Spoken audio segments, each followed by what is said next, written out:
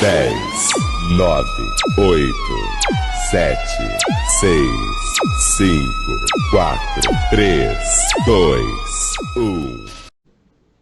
Boa tarde, eu sou a professora Aline de Carvalho Moura, do Departamento de Educação e Sociedade do Instituto Multidisciplinar da Universidade Federal Rural do Rio de Janeiro. Boa tarde, eu sou a professora Andréa Gomes, do Departamento de Educação e Sociedade da Universidade Federal Rural do Rio de Janeiro. Bom, como uma das coordenadoras das mesas das sessões das Ciências Humanas e Sociais, gostaríamos de começar dizendo que é uma satisfação enorme poder recebê-los em mais uma edição da reunião anual de iniciação científica da Universidade Federal Rural do Rio de Janeiro. Hoje teremos a apresentação oral dos trabalhos das Ciências Humanas e Sociais, com apresentações de cada vídeo de 3 minutos, onde cada sessão terá 1 hora para a apresentação de todos os vídeos. Fica a cargo dos autores e orientadores colocarem ao início do seu vídeo, por gentileza, no chat, nome completo, título do trabalho e número de identificação do mesmo, para facilitar o trabalho de preenchimento nos formulários de avaliação por parte dos avaliadores. Com relação aos avaliadores, gostaríamos de agradecer muitíssimo a presença de vocês, a disponibilidade e a contribuição para o nosso evento. Muito obrigada. Agradecemos a participação do professor Afonso Henrique Vieira da Costa, do professor Danilo Bilatti de Carvalho, da professora Ciomara Moreira Vieira Borba, professora Patrícia Bastos de Azevedo e do professor Fábio Paz Rosa. Obrigado pela presença de todos e todas e aos que quiserem realizar perguntas. Solicitamos que deixem essas perguntas ao final no chat para que os autores possam respondê-las no final da sessão. Os trabalhos que se destacarem nas apresentações poderão ser indicados à premiação ou à menção honrosa. Muito obrigado pela participação na RAIC 2020. Bom evento para todos nós. Olá, eu sou Yale Pires de Moraes, eu sou da Universidade Federal Rural do Rio de Janeiro e vou apresentar o trabalho Boi Verde e Boi Orgânico, uma análise sobre as ações realizadas por atores do setor agropecuário a fim de desenvolver a pecuária sustentável, realizado com a orientação da professora Ana Paula Perrota Franco. Na medida em que os indivíduos são impactados pelo fenômeno de ambientalização dos conflitos sociais, o conceito de pecuária sustentável aparece em disputa, e os atores econômicos ligados à atividade pecuária vão ter uma compreensão própria do que é a pecuária sustentável e vão desenvolver discursos e práticas que pretendem construir uma ideia de que a cadeia produtiva é sustentável. Nesse sentido, o objetivo do trabalho é justamente compreender como os setores público e privado buscam, através de pesquisas, medidas técnicas, jurídicas e ações de mercado, desenvolver uma pecuária sustentável. A metodologia utilizada foi a análise qualitativa de 21 reportagens que abrangem o período de dezembro de 2020 a março de 2021 e foram retiradas da página online do jornal Valor Econômico, junto com a análise comparativa das abas de sustentabilidade das empresas Marfrig e JBS. É importante ressaltar que esses indivíduos compreendem a natureza de acordo com o pensamento ocidental moderno, ou seja, como um objeto para atender os interesses humanos, e por isso existe uma ligação entre a pecuária sustentável e questões econômicas e de mercado. As propostas geralmente são voltadas para questões como desmatamento legal e ilegal, emissões de carbono e a construção de uma imagem externa positiva do Brasil. Para resolver essas problemáticas, esses indivíduos utilizam os aparatos técnicos científicos como certificações, selos, títulos e a própria modernização da atividade pecuária. Nesse contexto, existem 2 fatores importantes. O primeiro, assim como apontado por autores como Habermas e Porto Gonçalves, é que o conhecimento científico carrega as contradições sociais e políticas, e por isso o seu uso deve ser interpretado como uma forma de dominação não só da natureza, mas dos próprios sujeitos. O segundo é que existe uma estratégia de incorporação de parte das críticas voltadas aos agentes econômicos na tentativa de demonstrar que mudanças estão ocorrendo. Assim como identificado pelo autor Boltanski, isso contribui para a manutenção do sistema capitalista moderno. Em conclusão, a noção de sustentabilidade encontrada nos discursos desses indivíduos está regularmente vinculada a noções de produtividade, lucro e investimentos. A preocupação com as questões ambientais são ferramentas para a maximização dos lucros, ao mesmo tempo em que rebate as críticas globais decorrentes principalmente do desmatamento dos biomas brasileiros. E assim, mesmo com os discursos que atribuem à atividade pecuária avanços na resolução das problemáticas ambientais, dados do INPE, por exemplo, demonstram números preocupantes com relação ao desmatamento. Essas foram as principais referências bibliográficas utilizadas. Muito obrigada. Olá, eu sou a Beatriz Corrêa dos Santos. O título desse trabalho é A Quarentena Faz Milagres, uma análise da relação entre música secular e gospel nas práticas online de artistas do campo da cultura de periferia no Rio de Janeiro. E nele buscamos a compreensão dos vínculos entre a periferia e o pentecostalismo diante da cena musical. Visou-se o mapeamento de redes e mediadores na articulação entre artistas do campo da música secular e gospel, assim como discutir as diferenças produzidas analisando a reorganização destas fronteiras a partir das práticas desses mediadores do campo da cultura brasileira. Durante essa pesquisa foi realizado o acompanhamento etnográfico do show gospel da cantora Anitta, transmitido em seu canal oficial da plataforma de vídeos YouTube, observando os possíveis deslocamentos de performance da cantora entre o gospel e o funk. O show fez parte de um festival de lives promovidas pela Ação Social Ao Vivo pela Vida, objetivando a aplicação de recursos voltados à ação pela cidadania e ao Fundo de Emergencial de Saúde, durante o ano de 2020, marcado pela pandemia do coronavírus. Ao início da apresentação, a cantora diz que teve a ideia de cantar músicas que pudessem reviver seu passado, completa. Então hoje a gente vai trazer aqui uma live de fé. O figurino desse show não corresponde ao habitual. A meia arrastão da maioria de seus trajes não faz parte do momento presente. A cantora veste uma paleta de cores mais neutra, também trocando do short curto por calça comprida. Com isso, se torna clara a diferenciação da performance entre o gospel e o funk, como se cada coisa no seu lugar. Nenhum elemento da Anitta funkeira foi misturado ao cenário performado. Para Magali Cunha, essas modificações têm origem na necessidade de um novo modo de vida de cristão que acompanhasse a propagação dos evangélicos, processo marcado por mudanças de comportamento a partir da ampliação das formas de produção cultural evangélica. Além da formação de uma indústria gospel forte, no cenário da música gospel conforma-se uma rede de grandes eventos como a Marcha para Jesus, analisada por Raquel Santana, que demonstra a luta dos cristãos contra o diabo baseada na batalha espiritual em conjunto com a teologia do domínio, notando que a noção de guerra vai ser fundamental para o pentecostalismo. Identificamos nessa live mais uma situação artística na qual a passagem entre práticas musicais seculares e religiosas são realizadas por artistas de fora do campo da música cristã gospel, bem como seus efeitos. Percebemos como as igrejas católicas e evangélicas são um berço musical de artistas da música popular brasileira, bem como no caso da Anitta, e as músicas gospels são, muitas das vezes, as primeiras de seus repertórios. Confirmamos com a trajetória de Anitta a dinâmica própria da vida dos sujeitos urbanos, caracterizados, por um lado, pelas marcas das tradições religiosas, mas também pelas passagens e trânsitos religiosos. Por fim, percebemos nas reações da audiência pelo chat como o público responde. Em parte acolhendo o deslocamento e as combinações entre o religioso e o secular proposto por Anitta, e em outros casos demandando da artista negociações e justificativas por suas escolhas artísticas e religiosas. Olá, eu me chamo Frederico de Assis e darei início à minha apresentação. O presente trabalho, intitulado como Eita Glória, Samba e Pentecostalismo nas Margens e Mídias, tem por objetivo geral investigar a relação entre religião, cultura, mídia e as reformulações do secular a partir dos ministérios pentecostais e neopentecostais presentes nas periferias urbanas do Rio de Janeiro, especialmente na Baixada Fluminense. Para viabilizar tal proposta de forma mais objetiva, esta pesquisa acompanhou as atividades do cantor e pastor Vaguinho em suas carreiras musical e religiosa. Com o crescimento do campo evangélico nas periferias urbanas fluminenses nas últimas décadas, pesquisas sobre essa temática se tornaram cada vez mais relevantes para a compreensão tanto das especificidades deste campo religioso em expansão, como também dos efeitos dessa presença religiosa no cotidiano das periferias, incluindo sua vida cultural.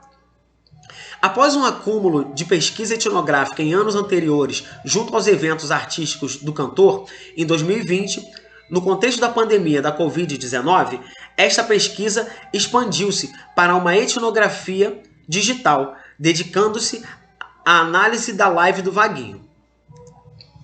Este evento, organizado pelo pastor e cantor de samba gospel, Vaguinho, nos permite discutir a relação entre religião e cultura nas periferias urbanas, bem como examinar o modo pelo qual os elementos da cultura gospel disputam e ocupam local de poder, atuando na formação das subjetividades, corporeidades, sociabilidades dos sujeitos periféricos.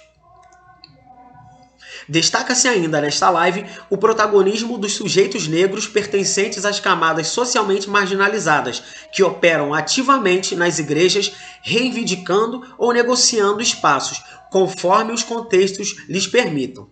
Faz-se necessário considerar a centralidade das mídias sociais e sua relevância para a materialidade da religião, sobretudo neste momento pandêmico. Foram encontradas também tensões interreligiosas. As conclusões iniciais dessa pesquisa indicam a necessidade de acirrarmos o debate sobre a questão da raça e sua relação com o pentecostalismo. Entendamos que hoje a música gospel é também uma expressão sociopolítica, através das quais atores sociais das periferias urbanas se manifestam, denunciam seus dramas sociais e operam um ativismo com características próprias. Assim encerro. Olá, meu nome é Raíssa Cabo da Mara Mesquita e eu sou graduanda em Ciências Sociais. Junto da professora doutora Isabel Missagem de Matos, foi realizada essa pesquisa acerca da ressurgência linguística puri.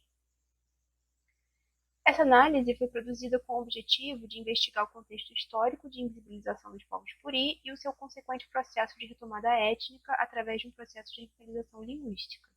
Através dos métodos de revisão e levantamento bibliográfico acerca de temáticas como a de processo de etnogênese, foi destacado então o caso dessa etnia.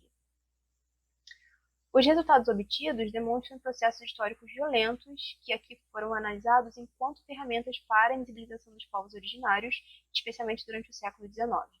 A partir de meados do século XX até os dias atuais, os processos de luta contra a invisibilidade desses atores têm resultado em sua reemergência e reivindicação étnica.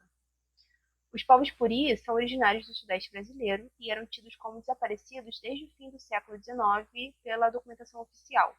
Porém, é possível observar como diversos estudiosos passaram a contestar essa condição de extinção já nas décadas finais do século XX, na medida em que investigam e relatam sua presença em diversos locais espalhados pelos 4 estados, o que é um retrato e consequência da grande resistência do povo às tentativas de aldeamento e sedentarização.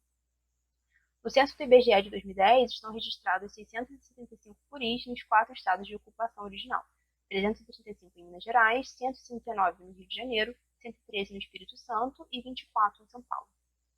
Os primeiros contatos com a língua originária se deram em Araponga, Minas Gerais, através de cantos que eram organizados por Vitinico Lopes desde 1950.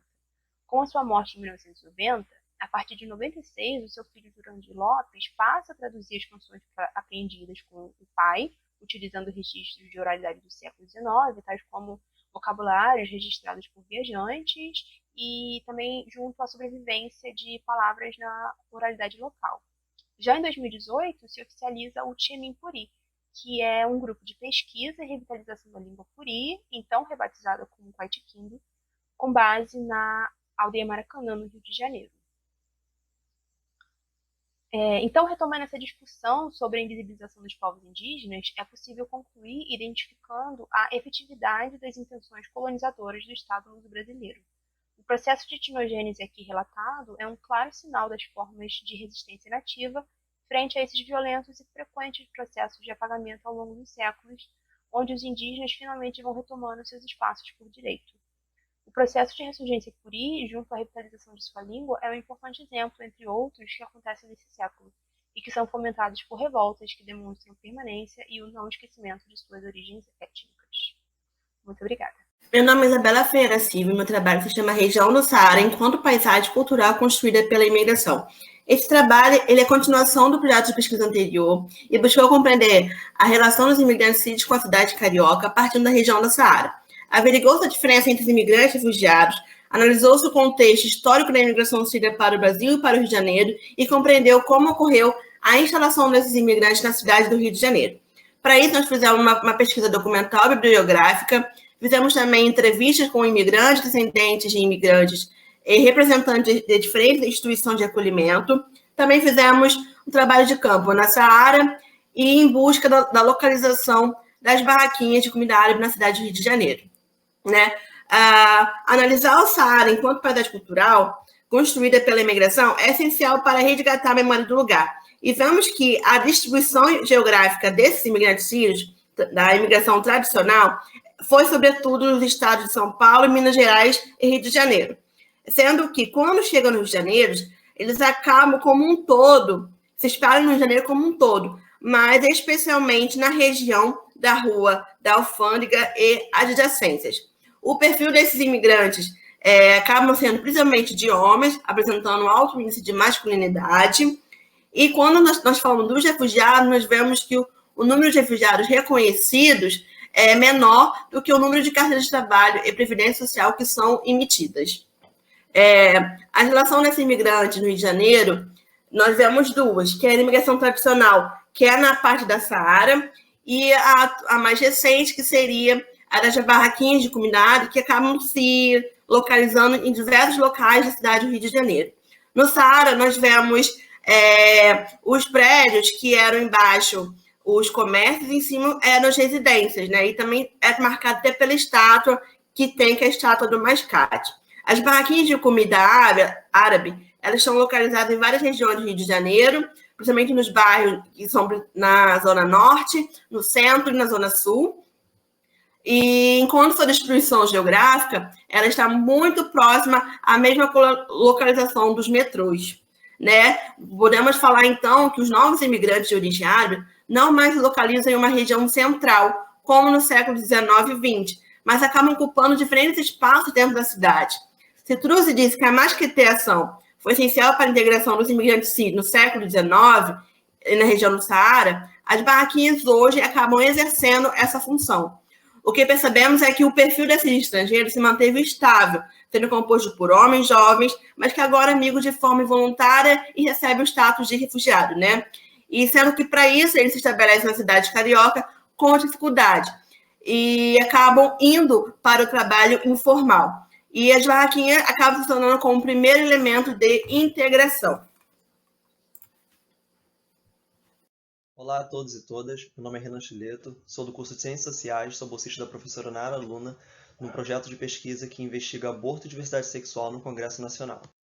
Nosso projeto pretende elucidar o debate parlamentar acerca dessas duas temáticas na Câmara dos Deputados no segundo semestre de 2019 e no primeiro semestre de 2020. Para isso, nós analisamos discursos e proposições legislativas apresentadas pelos deputados e investigamos que tipo de argumentação era acionada, se era naturalizante, científica, argumentação religiosa ou da área do direito. A nossa metodologia de pesquisa utilizou o site da Câmara dos Deputados, onde tem uma ferramenta que possibilita identificar discursos e proposições legislativas por meio da busca de palavras-chave, e a nossa pesquisa se deu do dia 1º de agosto de 2019 até o dia 31 de julho de 2020.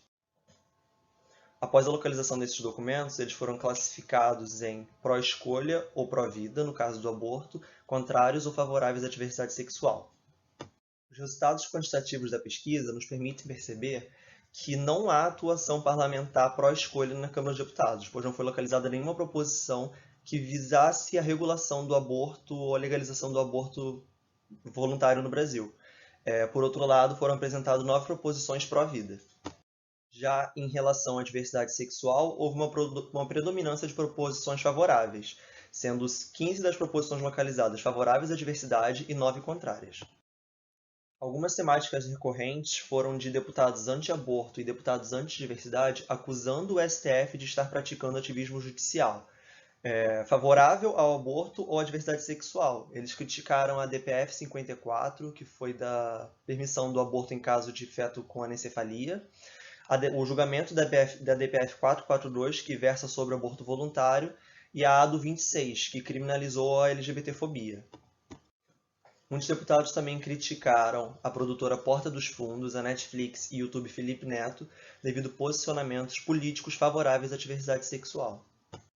Outro tema recorrente foi o ativismo antigênero, que foram deputados que apresentaram proposições legislativas visando sustar direitos que já estavam garantidos à população transgênero no Brasil, como a utilização de nome social em registros escolares ou visando interromper cirurgias de transgenitalização pelo SUS.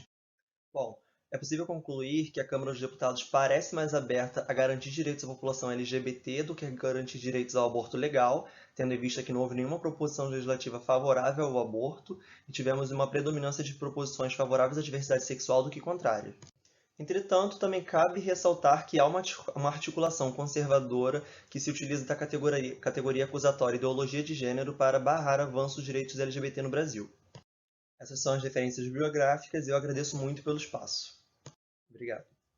Saudações a todos, meu nome é Débora Cristina Ribeiro, o título do meu trabalho é Aborto e Diversidade Sexual, Estatuto Nascituro, LGBT+fobia, Ideologia de Gênero e Conservadorismo, e estudo comparativo entre o Senado Federal e a LERJ sobre direitos humanos. Esse trabalho é fruto do projeto de iniciação científica Aborto e Diversidade Sexual, no debate público sobre direitos humanos, Estatuto Nascituro, Ideologia de Gênero e cura gay na interface Natureza e Cultura, Direito e Religião, o estudo comparativo da LERJ e Senado, financiado pela FAPERJ. É uma elucidação no debate legislativo sobre aborto e a diversidade sexual, no tocante aos direitos humanos, no Senado Federal e na LERJ em 2019. Serão examinados os tipos de argumentos, sendo científicos, religiosos ou do direito. Os objetivos consistem em identificar e caracterizar os envolvidos no debate sobre aborto e sobre a diversidade sexual, em especial a dita ideologia de gênero, e também examinar as diferentes argumentações e articulações entre as esferas do campo político que envolvem os documentos encontrados. Utilizou-se de metodologia qualitativa com pesquisa documental de discursos e proposições legislativas no site do Senado Federal e da LERJ, e a investigação ela procedeu mediante seleção prévia de palavras-chave, usando o mecanismo de busca do site das casas legislativas. As informações sobre os parlamentares foram obtidas em busca nas suas biografias, redes sociais e páginas de notícias. No Senado Federal foram encontrados 4 discursos e 6 proposições sobre o aborto, todas sendo anti-aborto. E sobre a diversidade sexual foram encontrados 4 discursos, sendo 2 favoráveis, 1 indefinido e 1 contrário, e 11 proposições, sendo 9 pró-diversidade e 2 contrários. Na LERJ, sobre o aborto, foram encontrados 6 discursos, todos sendo anti-aborto, e 18 proposições, sendo 9 anti-aborto, 4 pró-escolha e 5 indefinidas. Em relação à diversidade sexual, foram encontrados 27 discursos, sendo 20 favoráveis, 5 contrários e 2 indefinidos, e 52 proposições, sendo 46 pró-diversidade, 3 contrários e 3 indefinidas. A atividade legislativa contrária ao aborto foi alta e observou-se o uso de argumentos referentes à moralidade e à ciência. Sobre a diversidade, os documentos foram em maioria favoráveis, porém, os que tematizavam a questão da ideologia de gênero tinham teor de acusação. Os documentos que tematizavam a DO 26 do STF recusavam a sua aprovação. Nas posições favoráveis à diversidade sexual, foram citadas estatísticas sobre a violência contra a população LGBTQIA+, e pode-se concluir que exista uma resistência à descriminalização do aborto, e também uma maior abertura para a concessão aos direitos da população LGBTQIA+. Cabe destacar o senador espírita Eduardo Girão, do Podemos, com seu ativismo contrário ao aborto, e, por fim, a deputada Renata Souza, do PSOL, que destacou-se por suas posições favoráveis à comunidade LGBTQIA+, e Rodrigo Amorim, do PSL, por ser seu opositor. Aqui encerro, muito obrigada. Janela para o irreal, anacronismo em Remédios Varo. O artigo buscou apresentar a heterogeneidade dos tempos que se conjugam nas pinturas da artista hispano-mexicana. Em sua produção, a tela se faz a única afirmação de realidade em contraste com as figuras que compõem as narrativas picturais e que se valem de uma estética surrealista e transcendental, de modo que o suporte como afirmação de única realidade das pinturas se dá pelo contraste com sua linguagem figural que busca transcendência e realidade. A égide de sua obra nos propõe a complexidade de um modelo transhistórico. Iniciamos os trabalhos levantando o máximo possível de textos relacionados à artista. Depois procuramos fazer uma análise de sua constelação de pinturas e desenhos e, a partir disso, selecionamos algumas obras para constituir um artigo. Realizamos também um estudo sobre o corpus conceitual do historiador da arte francês Didier Berman.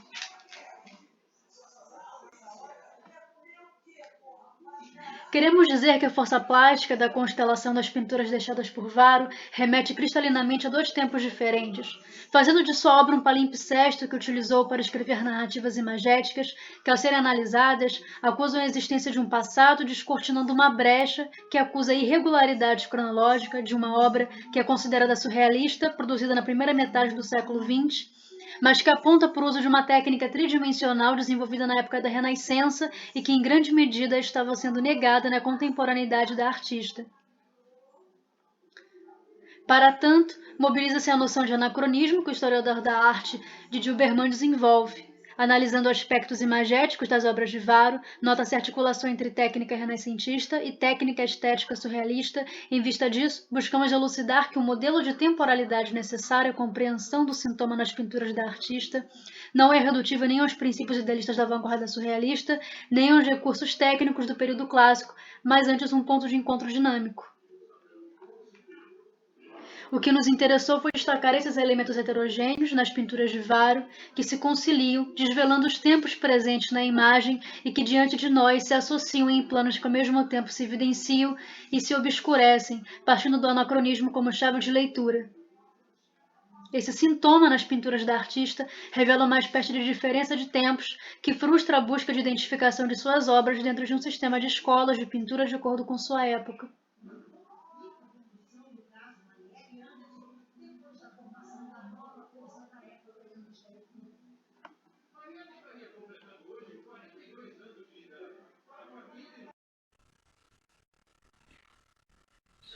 Oi, meu nome é Gabriele e a pesquisa que faço parte chama-se Literatura Negra Infanto-Juvenil, Discursos Afro-Brasileiros em Construção.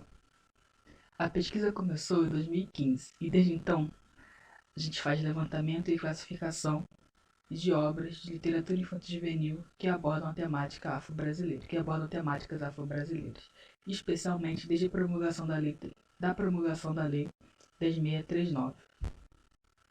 Em 2017, com o financiamento do CNPq, nós iniciamos o processo de montagem de um banco de dados em SPSS, que nos permite fazer uma apuração quantitativa dos dados dos livros lá catalogados. Essa apuração consiste na observação de diferentes temáticas presentes nos livros pesquisados, além dos dados relativos aos ilustradores e editores que produzem estes livros. Vale ressaltar que é uma lista quase exclusivamente nacional. O nosso trabalho tem sido realizado através de pesquisas dos títulos na internet, blogs especializados, catálogos de editores e visitas à feira literária, sendo a última atividade impedida pela pandemia de Covid-19. De acordo com o nosso banco de dados, a maioria dos autores não são autores e sim autoras. Elas são 54% da amostra total. E os livros são mais publicados e escritos por pessoas não negras. O terceiro gráfico trata-se dos anos de publicação das obras analisadas. Entre 2007 e 2013, nós percebemos que há uma grande expansão da publicação de livros que abordam as temáticas afro-brasileiras. Mas, em 2014, há um decrescimento das publicações e nós especulamos que seja devido à crise econômica. Vou falar um pouco do nosso banco de dados. Ele possui 761 livros cadastrados, 209 analisados e 455 adquiridos. Aqui estão as editoras com 10 ou mais obras publicadas. Nós também fizemos o esforço de ver quais são as temáticas mais recorrentes dos livros. E aqui estão elas. Em primeiro, tradição e ancestralidade. Em segundo, mitologias com os africanos. E em terceiro, religião. Agradeço a Raik pelo espaço para falar sobre a pesquisa. Muito obrigado. Bom dia a todos, meu nome é Camila Cristina de Souza, eu sou bolsista da professora Alessandra de Andrade Rinaldi e vim apresentar o meu projeto de pesquisa Por que ter um filho, homotransparentalidade, heteroparentalidade e a família por escolha. Essa pesquisa de iniciação científica visa analisar no município do Rio de Janeiro a emergência das parentalidades plurais, sejam elas homoparental, heteroparental, transparental e monoparental pela via adotiva. pretendia investigar o que aproxima, afasta e assemelha esses projetos parentais e que normativas e moralidades os atravessam. Essa pesquisa contemplou o trabalho analítico de 9 entrevistas realizadas entre 2019 e 2020, e o contato com esses pais por adoção se sucedeu a incursões de campo realizadas nos grupos de apoio à adoção, que são grupos que auxiliam esses pretendentes à adoção. Sobre a população analisada temos 3 arranjos heteroparentais, 2 arranjos homoparentais, sendo um casal gay e um casal lésbico, um arranjo transparental e 3 arranjos monoparentais, sendo 2 heteroparentais e 1 homoparental. A partir da análise das entrevistas, é possível inferir que as trajetórias de vida e as mudanças legislativas alteram o projeto parental dos pretendentes à adoção. Por isso, destaco 3 cortes temporais essenciais para a compreensão dessa afirmativa. O primeiro seria a promulgação do Estatuto da Criança e do Adolescente, o segundo, a Lei 2010, que possibilita que os casais que mantivessem união estável também estariam aptos a aplicar a adoção, e a decisão do Supremo Tribunal Federal de 2011, que reconhece a união civil análoga à união estável, e com isso ocorre o alargamento do sentido de família, possibilitando que casais homoafetivos pudessem adotar conjuntamente. Apesar de existirem legislações favoráveis a essas configurações homoafetivas de família, o imperativo adotivo ainda é pautado por moralidades. No caso dos arranjos homoafetivos e transafetivos, a heteronormatividade compulsória atravessa os processos legais. Apesar das dificuldades impostas aos casais entrevistados, foram utilizadas estratégias adotivas para que eles pudessem ter sucesso em seu pleito. Dessa forma, os interlocutores ultrapassaram esses limites normativos e conseguiram exercer as suas experiências parentais. No caso das adoções monoparentais, outro tipo de moralidade se impõe, que é a exigência simbólica de que filhos tenham 2 pais e a suspeição de pedofilia que paira sobre esses adotantes, por ser improvável que um homem sozinho tenha o desejo de exercer essa parentalidade. Dessa forma, o que pude concluir nesse percurso é que as relações entre adotantes e funcionários do Estado são atravessadas por marcas de pertencimento, experiências de vida e principalmente por moralidades. Obrigada. Oi, gente. Meu nome é Paloma. Eu sou autora do trabalho Juventude no Olho do Furacão, Identidade, Ação Política e Organizações da Juventude no Brasil, orientado pela professora doutora Elisa Guaraná de Castro. A pesquisa pretende observar o marcador da juventude no cenário político brasileiro e, para isso, a gente fez análise dos 18 deputados federais jovens eleitos para o pleito de 2018 e 2022. A proposta é entender quem são esses jovens, quais pautas eles trazem, quais identidades eles acionam e como eles atuam no cenário político formal. Além disso, o objetivo da pesquisa também foi de investigar se há ou não o uso da juventude enquanto identidade e, se sim, como ela é usada. Para isso, a gente utilizou uma metodologia cruzada, através de dados quantitativos e dados qualitativos. No primeiro momento, a gente visou obter informações sobre partido, percentual de votos, gênero, cor e ocupação de cada um deputado federal. E, posteriormente, a gente foi funilando para as opiniões pessoais e pautas defendidas por cada um deles, através das suas próprias redes sociais. A gente observou que o resultado das eleições de 2018 teve um desdobramento, de número de jovens eleitos muito baixos. Eles totalizaram apenas 3,7% das 513 cadeiras existentes, englobando 13 partidos, 11 estados de federação. A maioria desses candidatos são homens, são 15 homens no total, enquanto o número de mulheres eleitas é menos de 1/3 disso, são 4 mulheres. E a gente também percebeu uma disparidade perceptível, a respeito da raça, já que a maioria dos candidatos se declaram brancos, são 15 declarados brancos, enquanto em um contraste muito menor, apenas 3 se declaram pardos e 1 se declara como amarelo. A pesquisa aponta o campo político da juventude como sendo muito complexo, né? A gente observou quase nenhuma menção à juventude enquanto agenda pública e enquanto política pública. No entanto, um caso curioso é que 14 dos 18 deputados acionam a juventude para falar deles mesmos, no sentido de eu sou jovem. Mas essa fala vem muito acompanhada no âmbito pessoal e até mesmo no âmbito meritocrático, tipo, eu sou o primeiro jovem e todas essas coisas. O que nos mostra que, não necessariamente por ser jovem, esses deputados vão buscar um avanço político-institucional para as juventudes brasileiras, mas que ainda assim eles são as representações institucionais no Congresso da população jovem, né? Outra observação, né, que a pesquisa gerou é que partidos de centro-esquerda e esquerda tendem a ter a mais facilidade de colocar a juventude em suas propostas de políticas públicas, que foi o caso, no presente momento, da Tabata Amaral, que se encontrava no PDT, e da Sâmia Bonfim, que até hoje se encontra no PSOL. Obrigada, gente. Olá, eu sou Juliana Bosch Ferreira, discente de Relações Internacionais na UFRJ e vou apresentar o trabalho Iniciativas da UNFCCC, Construções Argumentativas e Implicações no Setor Empresarial Brasileiro de Energia, código PIH 1572-2019.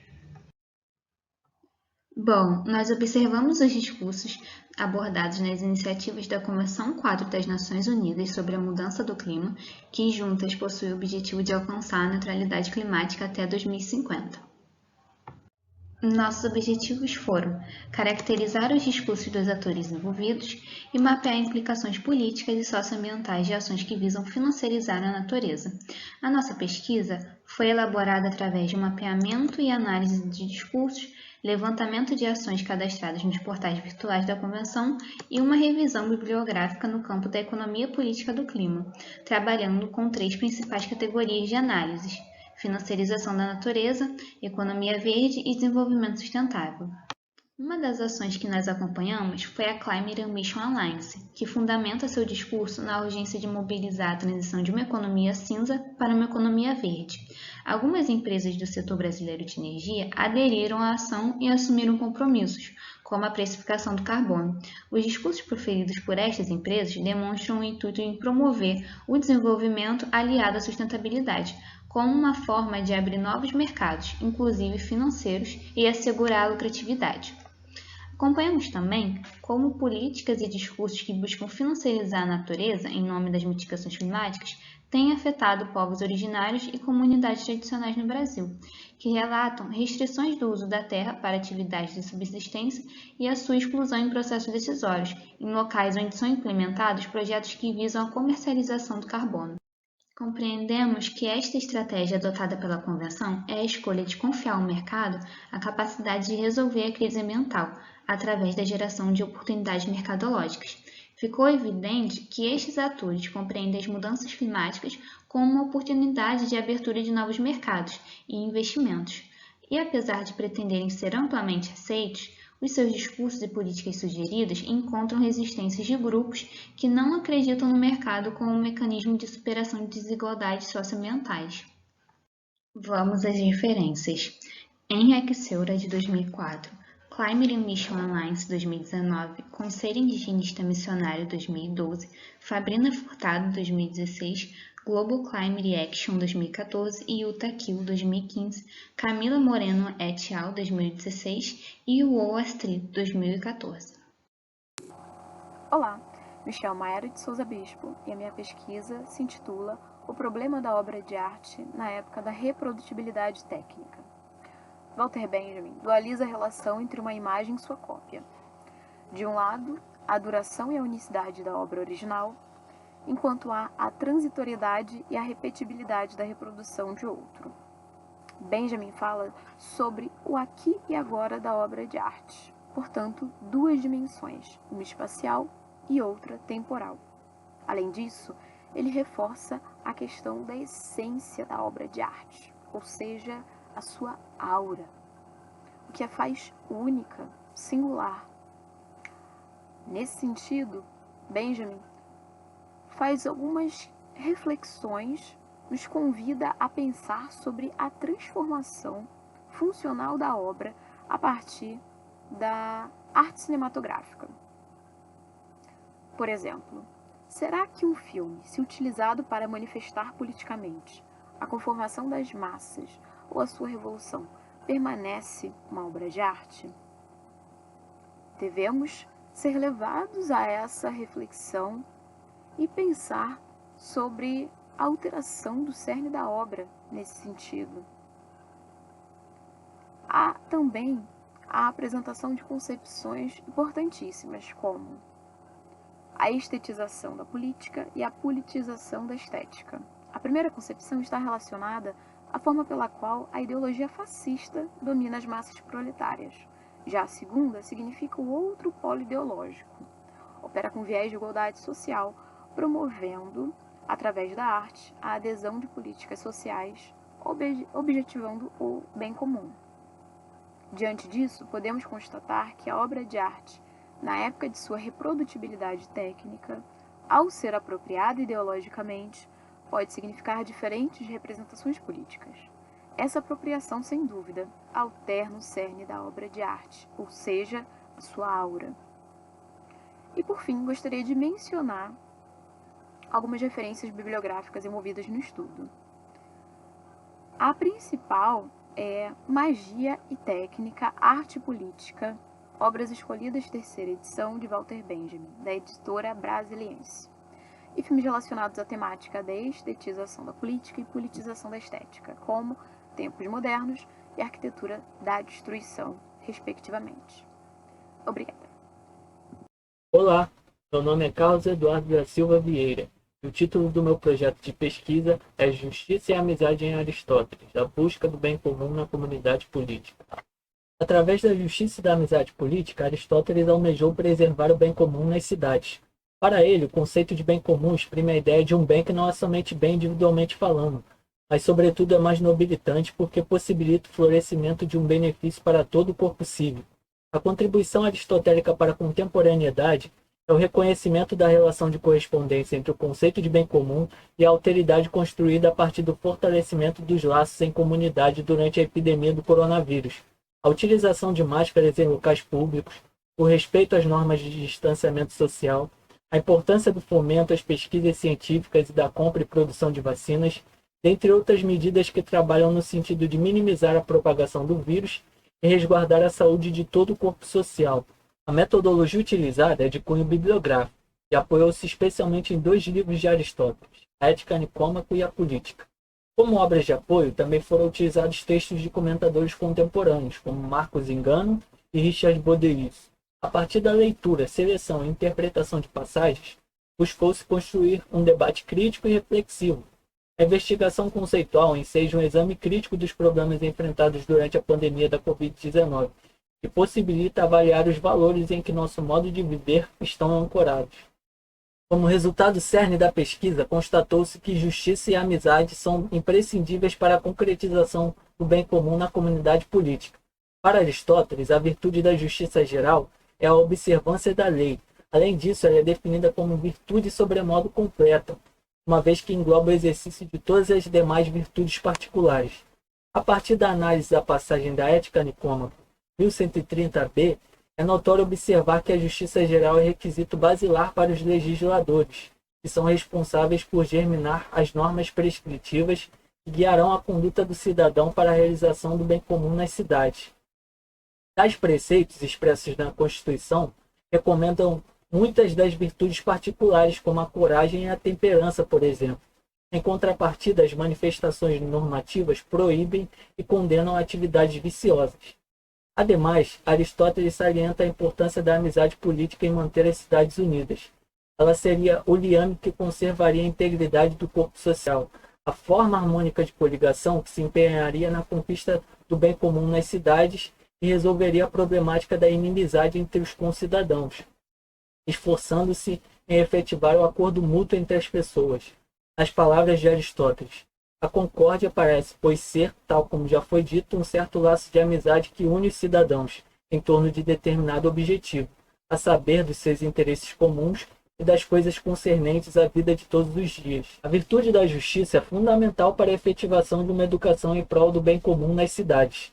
As leis promulgadas pelos legisladores desempenham o papel de formar bons hábitos nos cidadãos e servem como diretrizes de um caminho fundado na prática de virtudes. Nesse sentido, Aristóteles nos deixa uma importante lição. Bem viver para ele não equivale a ter grandes posses ou usufruir dos maiores prazeres da vida, mas sim corresponde a uma vida fundamentada em ações virtuosas. Por outro lado, a amizade nos faz ponderar sobre a importância de se criar laços e tomar decisões com base na comunhão social, tendo como escopo o bem comum.